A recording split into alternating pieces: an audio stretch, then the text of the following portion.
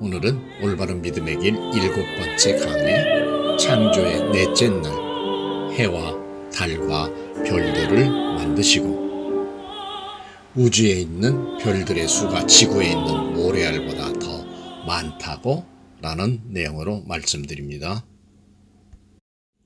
창세기 1장 16절을 읽어보면, 창조의 넷째 날에 하나님이 두 큰 광명체를 만드사 큰 광명체로 낮을 주관하게 하시고 작은 광명체로 밤을 주관하게 하시며 또 별들을 만드시고 라고 하셨는데, 큰 광명체는 태양, 작은 광명체는 달을 의미합니다.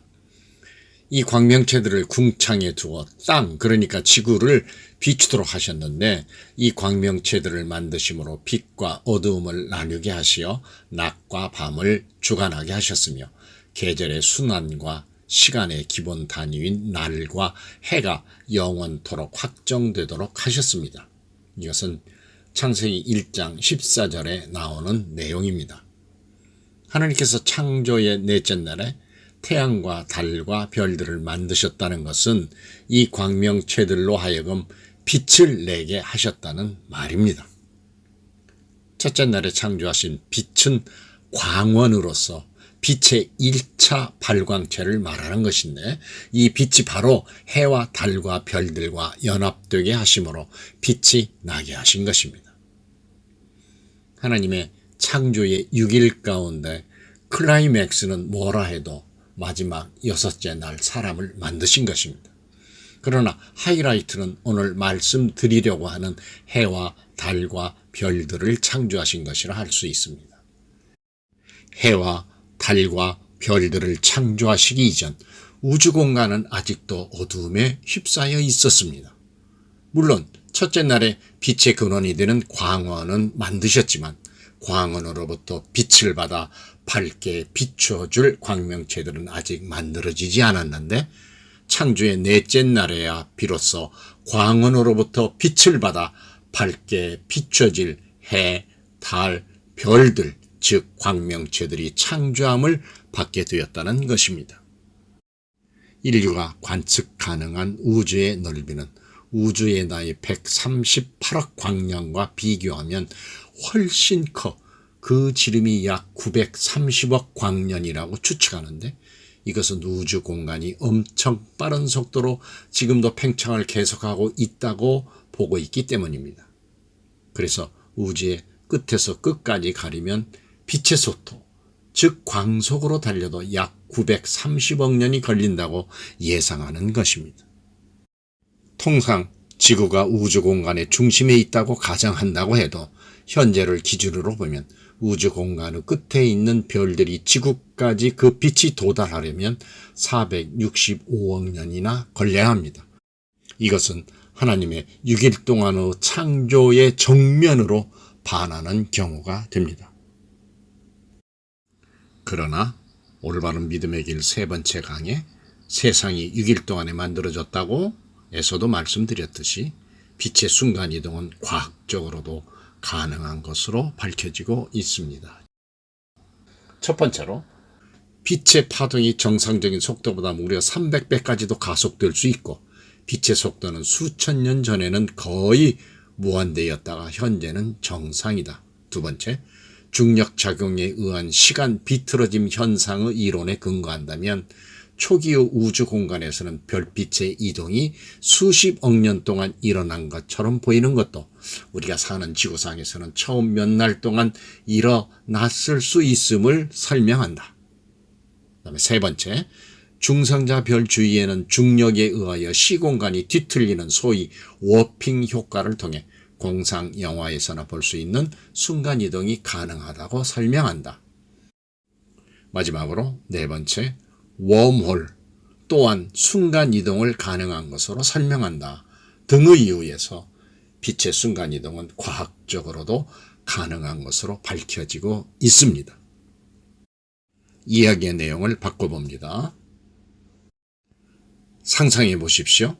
우주 공간의 해와 달과 별들이 만들어지고 그 광명체들이 모두 빛을 내기 시작하였습니다. 하늘의 그 장관을 머릿속에 그려보십시오.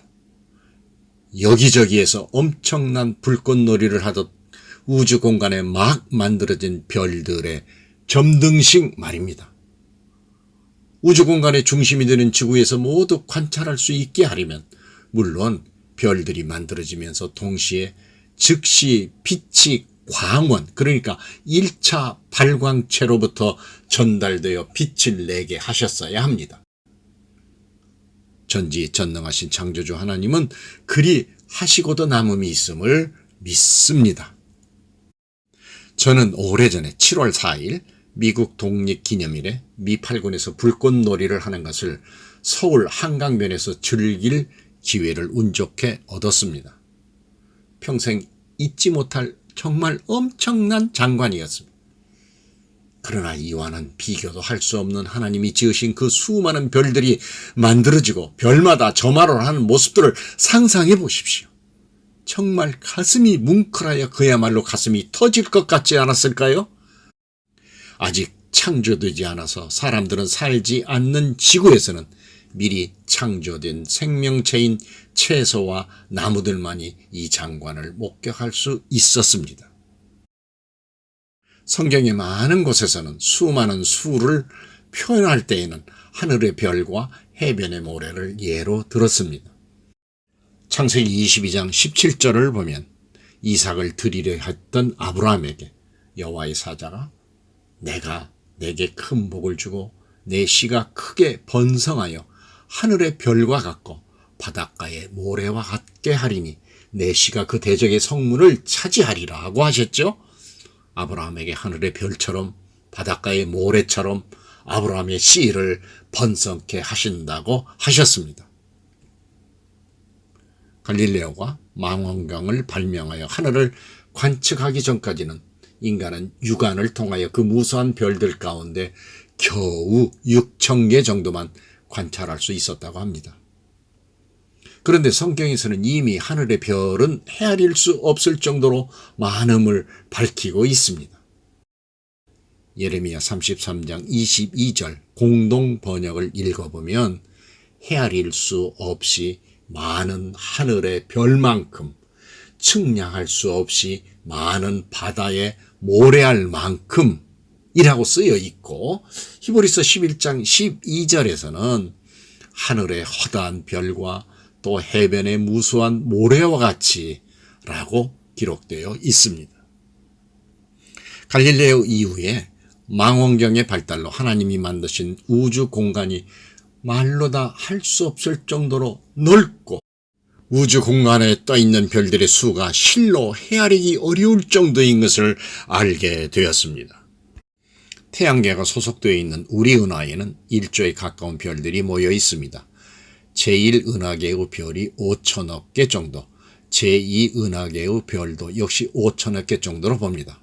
그리고 안드로메다 은하도 1조 정도의 별들을 거느리고 있습니다.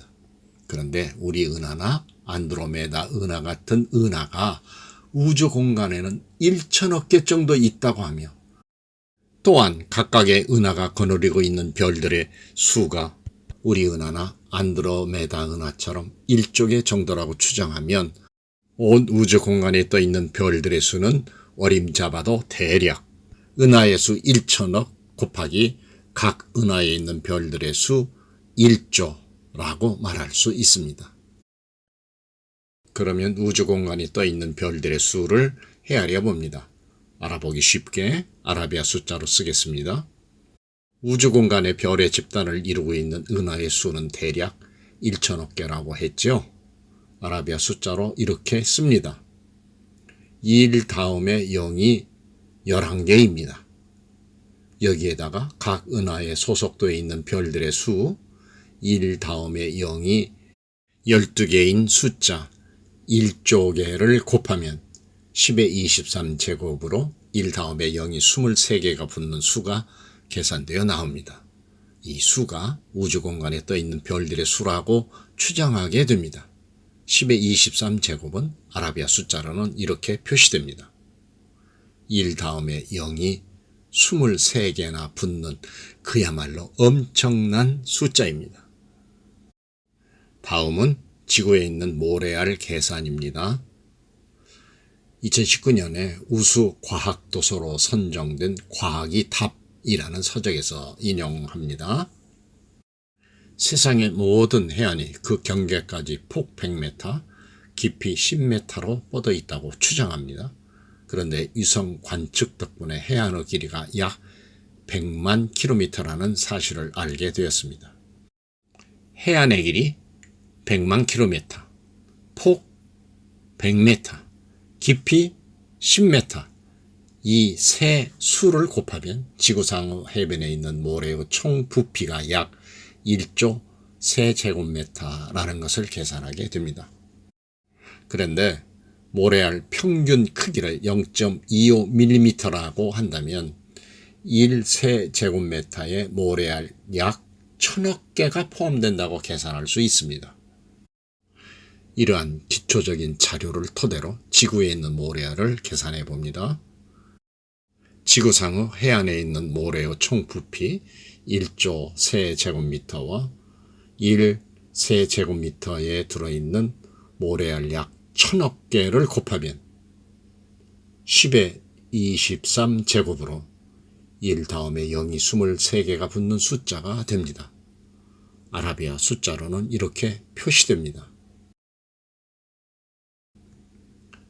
이 또한 엄청난 수입니다.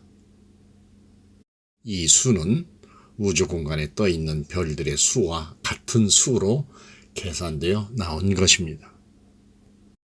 그런데 이러한 계산이 사실인지는 장담할 수 없습니다. 오직 정확한 것은 창조주이신 하나님만이 알고 계실 뿐입니다. 사실 지구상의 모래알이 더 많나? 우주 공간에 떠 있는 별들의 숫자가 더 많나 하는 것이 중요한 것이 아니라 우리는 지금 우주 공간에 떠 있는 별들의 수가 인간이 상상하는 것보다 훨씬 많아 그저 놀랍고 경이로울 뿐이라는 점에 키포인트가 있습니다. 우리나라에서 일어나고 있는 교통사고 이야기를 해보겠습니다. 차량 등록 대수가 2,500만 대를 넘고 있는 우리나라의 경우 해마다 교통사고로 3천 내지 4천 명이 죽고 30만 명 내외의 부상자를 낸다고 합니다. 그런데 하늘에 떠 있는 별들의 수가 얼마라고요? 우리나라 차량 대수와는 비교할 수 없을 만큼 훨씬 많은 10의 23 제곱개입니다. 만일 우리나라에서 나는 교통사고처럼 저 우주 공간에서도 별들끼리 충돌하여 사고가 발생한다면 검붉은 화염 속에 매일매일 하늘이 불타오르겠죠? 헤아리기조차 어려운 그 수많은 별들을 만드시고 질서 있게 운행하도록 역사하시는 창조주 우리 하나님의 섭리하심으로 지금 우리는 이 지구에서 별들끼리 충돌하는 교통사고 당하지 않고 이렇게 안전하게 살고 있는 것이라 생각하니 인간의 무능력과 왜소함을 절감하며 창조주 하나님 앞에서 그저 숙연해질 뿐입니다. 창조의 넷째 날 창조주 하나님은 해와 달과 별들을 창조하시고 순간 이동을 통하여 첫째 날 창조하신 빛을 보내시어 모든 광명체들이 빛을 내게 하셨음을 굳게 믿습니다. 다음 시간에는 올바른 믿음의 길 8번째 강해로 창조의 다섯째 날 모든 생물, 모든 새를 그 종류대로 창조하시니 라는 내용으로 말씀드립니다.